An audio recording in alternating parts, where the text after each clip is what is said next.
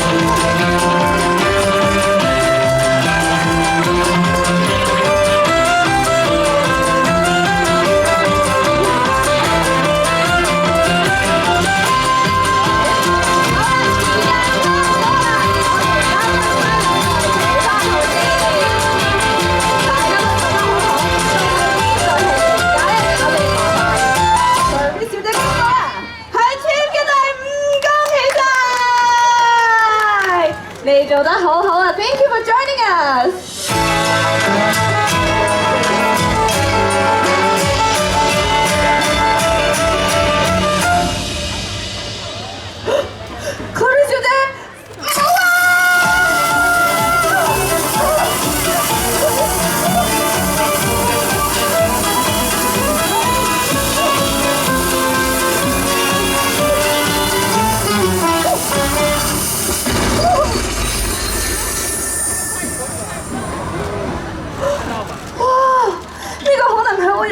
見過最大最靚嘅橡果啊！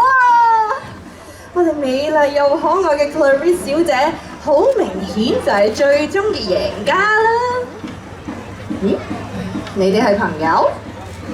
咁我諗你哋係朋友嘅話，你哋都可以贏到呢份獎品嘅。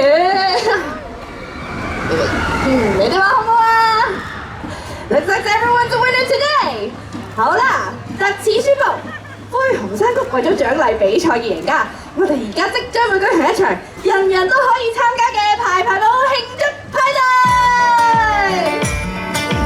It's time to kick off this dance party and y'all ready！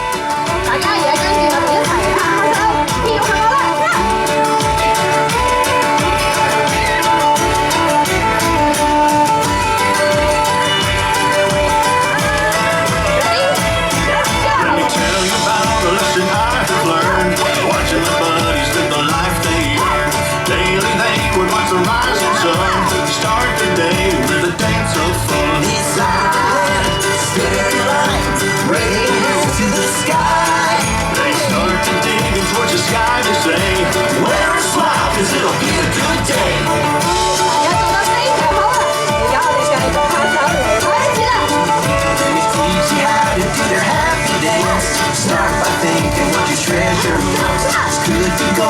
！Is in your hands. Some critters go for an acorn toast. Cause my land is ready to come to the